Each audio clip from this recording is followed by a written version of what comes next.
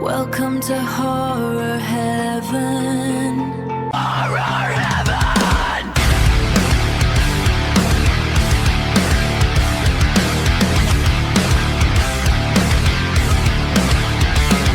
Hey, Horror Heaven, Jeff back here doing another review. We're going to do this one from another subscriber who wanted to see it.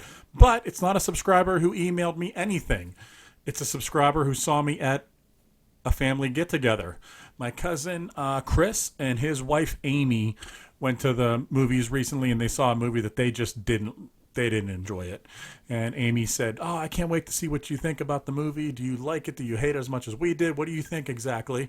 So we're going to review that movie right now. That movie being Obsession. Have you ever actually flirted with Nikki? I'm gonna go get some shots. I'll come with you if she means this much to you. And I know she does. Say, Nikki, I think we should grab a drink sometime. Nikki, wait. I was gonna ask you, What? I lost my train of thought. I Good night. What else? Why? One wish will. You only get one wish. I wish Nikki Freeman loved me more than anyone in the entire world.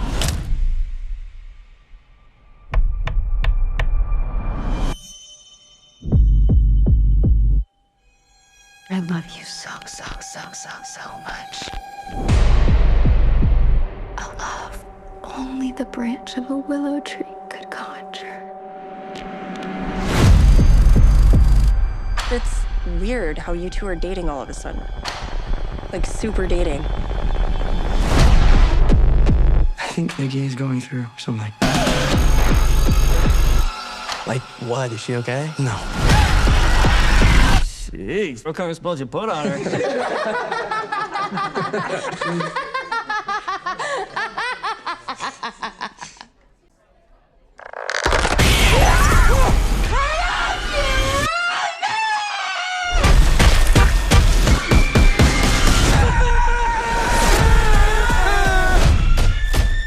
Nikki?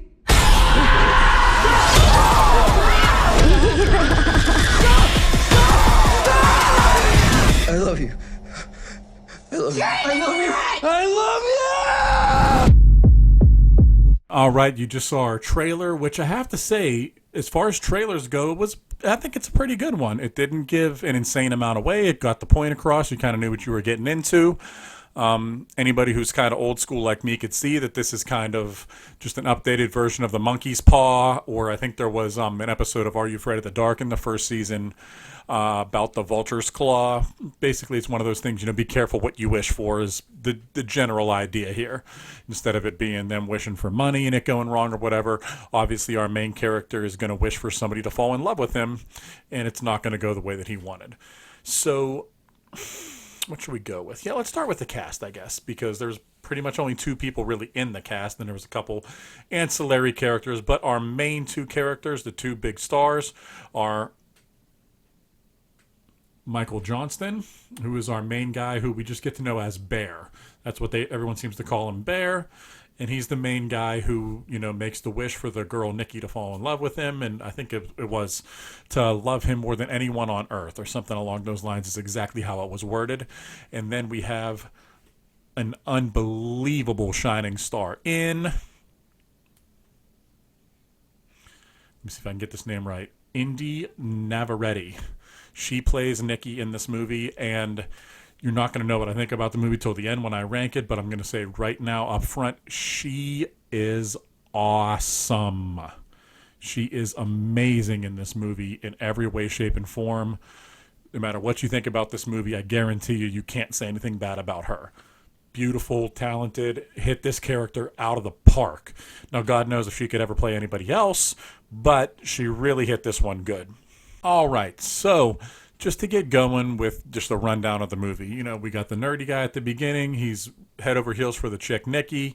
Doesn't have the guts to ask her out. You even see a couple times she even gives him openings to basically tell her that he cares about her. He wants to be with her and all that stuff, and he just can't do it. He doesn't have the nerves. He doesn't have the balls to do it. So he ends up going to an occult store, just kind of looking around, and he finds the One Wish Willow. And it's basically a branch off a willow tree. You snap it whenever you make your one wish. You get one, and then it comes true. So he buys that. We're not even sure if he has the intention of using it on Nikki right away or if he just gets it and then he realizes that's the best thing to do. But long story short, he's driving her home. He misses about 7 more openings that she gives him to at least confess how he feels for her. Is she going to like him back? Don't know. But I've never seen a guy be given so many openings by a chick and not move on any of them. The dude is helpless, which is wild because he's not a bad-looking guy or anything. But yeah, he was just completely helpless. Makes his wish, boom, snaps the stick. And then we literally see instantly Nikki in the background stops going into the house, turns around, comes back, and a lot about her seems to have changed almost instantly. We don't know yet that she's, quote unquote, obsessed with him. We just think that she's, maybe realizing that she likes him back. He obviously doesn't think the stick's going to work. It's something he bought at a 5 and dime. It's horseshit, right? We'll see. And then we get a little kind of montage that basically they end up going out. They're hooking up, they're banging, they're going on dates, all this stuff. They're in love. And everybody around can kind of see something's weird because some of the friends even know specifically from talking to Nikki that she was not interested in Bear at all. And now she's obsessed with him. And it just seems really weird, but they don't want to rain on his parade and all this stuff. And then we just start kind of seeing him wanting a little bit of distance. Hey, I'm going to go to a guy's night, and stuff like that. And Nikki doesn't take it well. It goes from, him liking this level of attention and liking her, liking all the sex, all that stuff, to, her snapping at him over the littlest things, her duct taping the door a lot, which I thought was funny and crazy at the same time, to try to keep him in the house. And then, he gets apart from her. And one of the, not creepier scenes, but one of the just weird scenes is, he leaves to go out. He pulls the door past the duct tape, leaves, and she just stands there by the door staring at it, waiting for him to come back. And we see her basically go into the bathroom in her pants. She's peeing herself because she's afraid to walk away from the door because she might miss him coming back. So that's the level of obsession that she starts to develop for him. And then it just gets a little bit crazier from there. She gets more involved. She starts, writing poetry about him. She kind of embarrasses him in front of his friends and all this stuff. And it's just quickly becoming, too much for him to bear. And then it turns violent with her not feeling rejected, but constantly saying, why don't you love me? Why don't you love me? And, it just kind of comes way unhinged at the end. And again, the Indy Navarrete who plays Nikki in here is just awesome. You guys will like her a ton if you watch this. So let's move on. So where are we going to go with some of our bests in the movie? As you could already hear from how much I'm saying that I love her, you already know who I'm going to pick for the best actor or actress. It is, Indy Navarrete. She was just great in this movie. There's basically only 2 leads in the movie. She's the best part of the entire movie. Her acting, she's cute, she's scary when she should be. Just everything about her. She hit this out of the park. I hope we get to see her in more stuff, and hopefully she can kick as much ass as she did here. And one other thing to just look at in the cast, which I didn't realize until I watched the stuff scrolling at the end, the credits, is the guy that owns the music store that they work at is actually Andy Richter, who's just old now. You kind of always expect to see him look the way he did when he was younger, which he's not going to do, but it was just kind of weird to see him in that character and see him, look his age. It's just someone you don't see too often, and it was kind of neat to see him still out there. Now, the one that's going to be probably the easiest thing to really pick, our best kill in this entire movie. I believe there was 2. So we don't got much to really choose from. We got person getting shot, kind of saw it coming, wasn't that creative or nothing like that. And then we have the first kill in the movie, which we're just going to call the brick scene. Yeah, just watch up there while I'm talking. So Bear goes out to talk to a girl who used to have a crush on him in the car when he believes Nikki is sleeping. And basically those 2 were supposed to kiss at the last party with some kind of drinking game. And Nikki, pushed her out of the way and sat next to him and took the kiss. So, they're talking about that. And Nikki comes out, and you're kind of waiting for her to throw something through the window or throw something at the windshield or something like that. But she literally runs over like the goddamn Flash, punches right through the glass, grabs the chick. She holds a brick up against the steering wheel, and she just starts banging the girl's head into it like so fast. It's pretty brutal.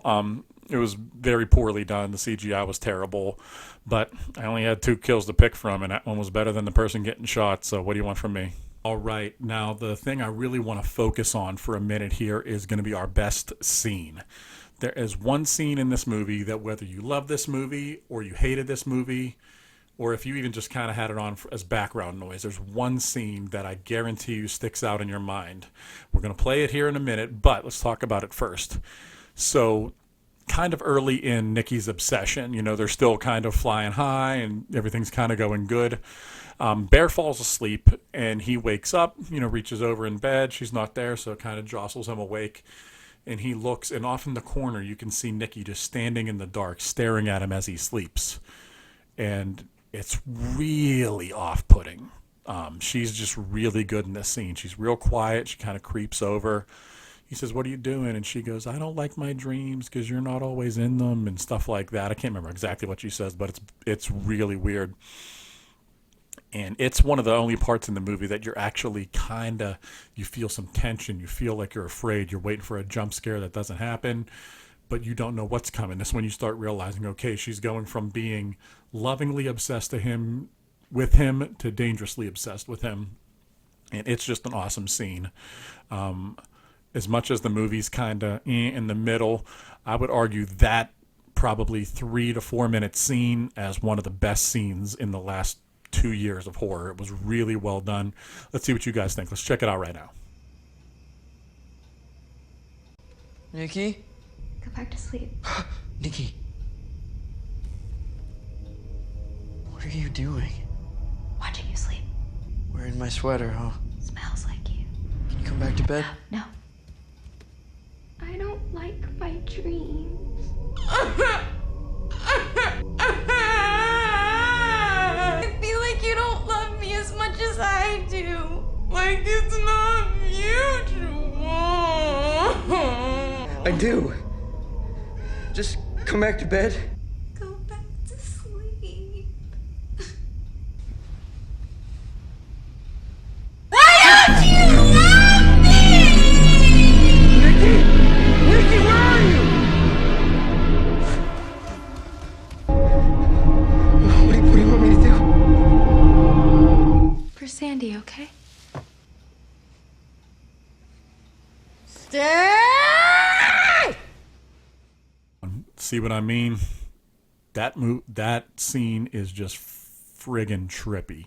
It's scary as hell, and it's really well done. I think that scene, they both hit it out of the park, but especially the girl playing Nikki. So let's talk about some of the negatives in the movie, and there's a decent amount of them in there. I think the runtime was pretty good. It wasn't too long. It kind of felt like it kept moving forward. I wouldn't mess with that too much. I'm reading my notes here just to kind of see what I wrote down.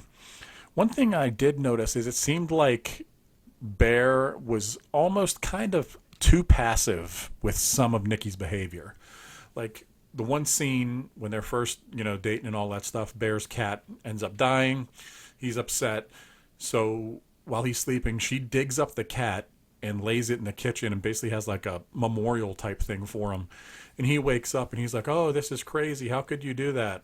And then just kind of grabs his bagel and heads off to work. Like it was very much treated like nothing, where I was like, she just dug up your goddamn cat and posted it up in the kitchen and we're going to act like it's, tisk tisk. I think it should have been a much bigger deal than that. And then a little bit later, same cat, we basically find out that she made him lunch and he basically was eating a sandwich, and the sandwich was made out of the meat from the cat. She fed him his goddamn cat. He threw up, went home, and told her he was very upset at her for doing that. That's it. Some crazy chick feeds me my dog. I don't know what I would do, but it would be a whole lot more extreme than saying, "That really upset me, honey." So I didn't like that they kind of almost treated her behavior as almost not serious, which made her seem less threatening. Whereas he should have been terrified of those things and angry at those things. And maybe when he yells at her, that's when she could really snap back at him. but she wouldn't do that because she's obsessed. So she would kind of, give up, kind of be meek, and then boom, later blame herself for making him upset, and she goes a little crazier. I thought they could have had Nikki be more crazy and more threatening. In the latter stages of the movie, towards the end, she gets a little threatening. After she killed 2 people, you start, taking her as more of a threat. But I thought there was just parts where she could have been more intimidating. Not so much, trying to bully him or anything like that, but like whenever he says, I want to go out, instead of just screaming, no, or stay here. I think there's other things she could have did. She could have went out and slashed his tires to make him stay. She could have, instead of, duct taping the door the first time he left, when he came back in, she could have nailed it shut and kept doing things to that door to try to keep him in, and just show her progressively getting crazier and crazier and more obsessed in a bad way. And they just kind of didn't do that. She kind of went from 0 to 8 and then just stayed right there. She never really maxed out at the peak craziness I think they could have had her hit. And all right, it's that same part of every video where we're going to tell you to like, to subscribe, to comment, to email, to tell people about this channel. Please help us grow, guys.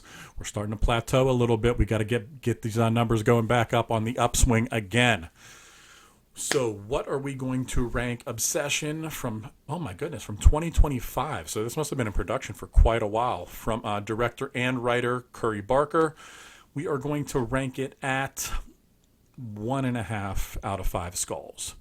When I first talked to my cousin Chris and his wife Amy, they told me how much they really hated it. So that might have almost tainted it in a way to kind of help it.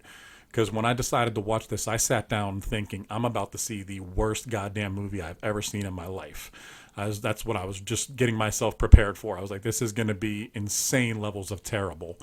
And it by no means was good, but Nikki was such a good character. And again, this Indy Navarrete that played her is so goddamn good. She single-handedly took the movie from being absolutely terrible to watchable. I could actually see myself watching this again years down the line, mind you, but I could see myself watching this one again. So maybe I went in with expectations so low that it didn't hit that and it bumped it up a little bit, but I'm going to give it 1.5 out of 5. It's definitely nothing that you need to see. It's just kind of the Gen Z or millennial version of, the monkey's paw and all that kind of stuff. You've seen the wish go bad, in episodes of Buffy. You've seen it in everything. Once you've seen it so many times, there's not much meat left on that bone to really chew on. But yeah, it was interesting. I definitely thought it was going to be worse than it was, and I'm very excited to see what that girl who plays Nikki ends up doing in the future. If she's going to go into the more mainstream stuff, or she might become, a new scream queen. I could totally see her in a movie kicking somebody's ass and being the final girl. I could very much see that. And with them already talking about the new Nightmare on Elm Street coming out, doing another Leatherface, doing another Jason, there's room for a new generation of final girl, and she looks like she could definitely be one of them. So she single-handedly got this movie 1.5 out of 5 skulls. Other than that, it is total. That's about it, guys. Horror Heaven Jeff, thanks for watching, guys. Love y'all. Bye.